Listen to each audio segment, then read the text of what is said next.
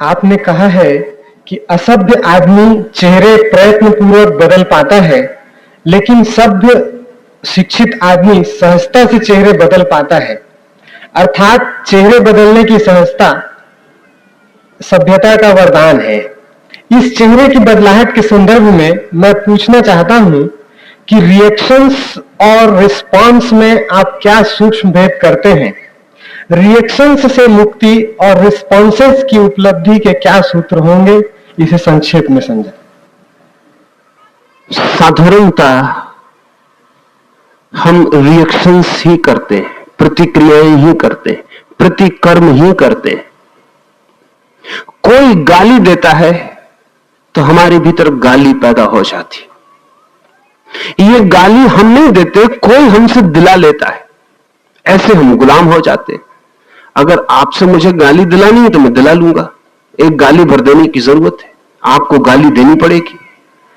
अगर आप में मुझे क्रोध पैदा करना है, जरा से धक्के की जरूरत है, आप क्रोधी हो जाएंगे, तो मैं आप में क्रोध पैदा करा लूंगा, तो आप गुलाम हो गए। जो चीज हम में दूसरे पैदा करवा लेते हैं वही हमारी गुलामियां हैं। रिएक्शन हमारी गुलामी, और हम में सब तरह के रिएक्शन पैदा करवा लिए जाते हैं। कोई आदमी आता है प्रशंसा करता है और हमारे प्राण पुलकित हो जाते हैं। कोई आदमी आता है निंदा करता है और हम एकदम उदास गहन अंधेरी रात में खो जाते हैं। कोई आदमी कहता है आप बहुत सुंदर, और हम एकदम सुंदर हो उठते, और कोई कह देता है सुंदर जरा भी नहीं, तो हम एकदम कुरूप हो जाते हैं। हम कुछ भी नहीं है, पब्लिक ओपिनियन है, लोग क्या कहते हैं वही हम है। इसलिए हम सब अखबार की कटिंग काट काट के अपने पास रखते कि कौन हमारे बाबत क्या कह रहा है। उन सबको हम अपने कपड़ों पर नहीं लगाते, यही बड़ी कृपा है। पूरे समय हम सिर्फ रिएक्ट कर रहे हैं, कौन क्या कहता है, कौन क्या करवाता है, हम वही कर लेते हैं। हम व्यक्ति नहीं है। व्यक्ति तो हम उसी दिन शुरू होते हैं जिस दिन रिस्पांस शुरू होता है। रिस्पांस प्रतिसंवेदन, प्रतिसंवेदन और प्रतिक्रिया में बड़ा फर्क है। समझें कि एक आदमी ने गाली दी आपको, तो प्रतिक्रिया में तो हमेशा गाली ही पैदा होगी आपसे, लेकिन प्रतिसंवेदन में दया भी आ सकती। एक आदमी ने गाली दी आपको, यह भी दिखाई पड़ सकता है बेचारा पता नहीं किस मुसीबत में गाली दे रहा है, तब प्रतिसंवेदन है, तब रिस्पांस है। तब आपने उसकी गाली के द्वारा ही व्यवहार किया, आप अपना व्यवहार जारी रख रहे हैं। आपके भीतर जो व्यवहार पैदा हो रहा है वो उसकी गाली का यांत्रिक परिणाम नहीं है, चेतनगत प्रत्युत्तर है। इन दोनों में बड़ा फर्क है। एक बिजली का बटन हम दबाते हैं, पंखा चल पड़ता है। पंखा सोचता नहीं चलूं ना चलूं, बटन दबाई चलता है, बटन दबाई बंद हो जाता है। आपको गाली दी, बटन दबाई, आप क्रोधित हो गए, आपकी प्रशंसा की, बटन दबाई, क्रोध चला गया। तो आप व्यक्ति हैं या यंत्र हैं? आप जो व्यवहार कर रहे हैं वो यंत्र का है। रिएक्शन यांत्रिकता है, प्रतिक्रिया यांत्रिकता है, प्रतिसंवेदन चैतन्य का प्रतीक है। प्रतिसंवेदन बड़ी और बात है। जीसस को लोगों ने सूली दी, और जब अंतिम क्षण में जीसस से कहा गया कि प्रार्थना करो परमात्मा से, तो उन्होंने प्रार्थना की कि इन सब लोगों को माफ कर देना, क्योंकि इन्हें पता ही नहीं कि ये क्या कर रहे हैं। ये प्रतिसंवेदन है, ये रिस्पांस है, ये एक चेतनगत उत्तर है। किसी को सूली दी जा रही हो, उससे प्रतिक्रिया ये नहीं हो सकती। उससे प्रतिक्रिया तो ये होती कि वो गाली देता, कर्ज करता, अभिशाप देता कि मिटा डालना सबको, है परमात्मा तेरे प्यारे बेटे को ये सब सूली पे लटका रहे, आग लगा देना, नरक में जला डालना। ये प्रतिक्रिया होती, ये यांत्रिक होती। जीसस ने कहा माफ कर देना इन सबको, इनको पता ही नहीं कि ये क्या कर रहे हैं। ये प्रतिसंवेदन है, ये चेतनगत उत्तर है। इसलिए जिस व्यक्ति को साधना की दुनिया में प्रवेश करना है, जिसे संन्यास की यात्रा करनी है, उसे प्रतिपल ध्यान रखना चाहिए कि वो जो कर रहा है वो प्रतिक्रिया है या प्रतिसंवेदन है, वो रिएक्शन है या रिस्पांस। रास्ते पर एक आदमी का धक्का लग गया, तब एक क्षण रुक जाइए। जल्दी भी क्या है उत्तर देने की, एक क्षण रुक जाइए, देख लीजिए कि जो आप उत्तर दे रहे हैं वो यांत्रिक है या सचेतन है। और आप मुश्किल में पड़ जाएंगे। आप यांत्रिक उत्तर फिर न दे पाएंगे। हो सकता है हंस के अपने रास्ते पे चले जाएं, उत्तर दे ही ना, ये भी उत्तर होगा।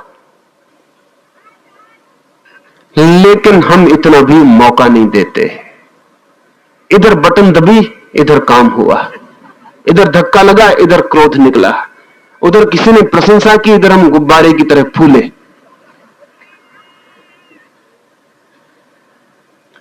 बर्ट्रैंड रसल के संबंध में एक मजाक चल गया है, मजाक कहना चाहिए क्योंकि पता नहीं उसने ऐसा किया कि नहीं किया। सुना है मैंने कि मरते वक्त उसके मुंह से निकला, हे परमात्मा। पास में एक पादरी खड़ा हुआ था, वो तो बहुत चकित हुआ। वो बड़ा डरता डरता आया था, डरता डरता आया था क्योंकि वो बर्ट्रैंड रसल तो मानता नहीं परमात्मा को। तो उससे रिपेंटेंस के लिए, आखिरी प्रायश्चित के लिए कैसे कहे, वो डरा हुआ खड़ा है। पर जब आखिरी क्षण में रसल के मुंह से निकला, हे परमात्मा, तो उसकी हिम्मत बढ़ी। उसने कहा कि क्या तुम परमात्मा को मानते हो? तो बर्ट्रैंड रसल ने कहा, आंख खोली, कहा तुम कौन हो? तो कहा कि मैं एक पादरी हूं, डरा हुआ खड़ा हूं। मैं आया था कि प्रायश्चित करवा दूं, लेकिन सोचा कि तुम तो मानते नहीं। अच्छा है, तुम मानते हो तो प्रायश्चित कर लो। तो रसल ने कहा, घर आए मेहमान को वापस लौटाना ठीक नहीं, इसलिए मैं प्रायश्चित करता हूं। और बर्ट्रैंड रसल ने कहा कि हे परमात्मा, यदि कोई परमात्मा हो, मेरी आत्मा को क्षमा कर देना, यदि मेरी कोई आत्मा हो।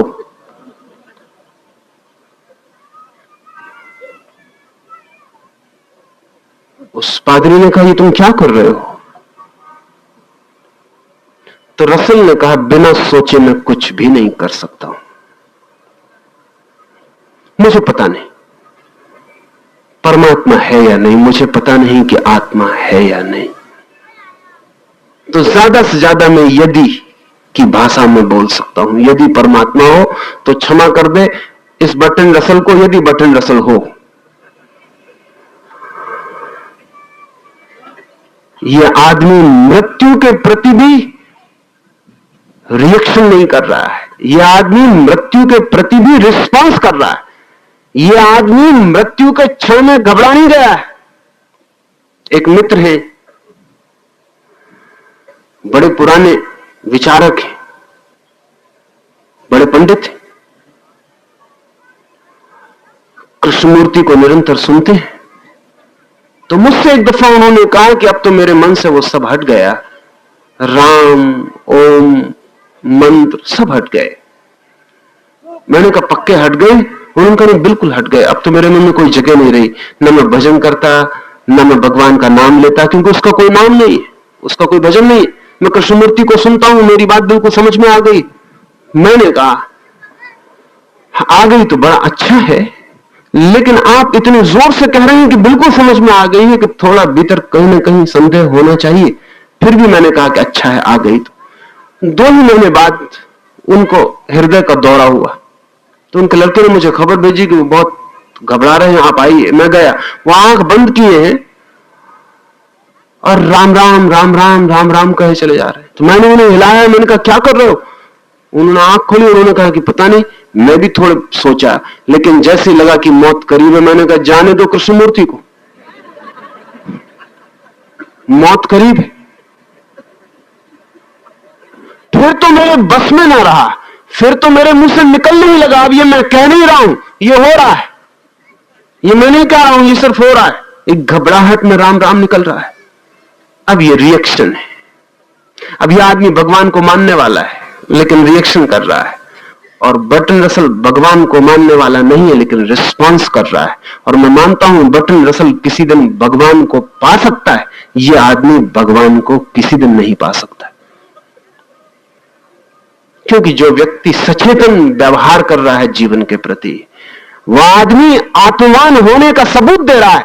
बर्ट्रैंड रसल का यह वक्तव्य कि यदि कोई आत्मा हो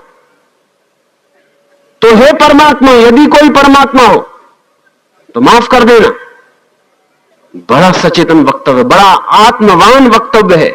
आत्मा के संबंध में भी यदि लगाने वाला व्यक्ति मरते क्षण में, परमात्मा के संबंध में भी मरते क्षण में यदि लगाने वाला व्यक्ति अपने आत्मवान होने की पूरी सूचना दे रहा है, भयभीत नहीं है, मृत्यु से घबरा नहीं गया है। जो उसकी चेतना कह रही है उसके साथ पूरा पूरा खड़ा है। ये प्रति संवेदना है, ये प्रति उत्तर है, लेकिन ये सचेतन है। यांत्रिक प्रति उत्तर सचेतन नहीं, जड़ है। इतना फर्क अगर स्मरण रहे तो रिएक्शन से बचना, रिस्पांस की ओर बढ़ना, प्रतिक्रिया से बचना, प्रत्युत्तर की तरफ बढ़ना। और जिस दिन जीवन सचेतन प्रत्युत्तर बन जाता है उसी दिन जीवन में आत्मवानता पैदा होती है। और ऐसा आत्मवान व्यक्ति ही परमात्मा को किसी दिन पाने में समर्थ हो पाता है। शेष कल।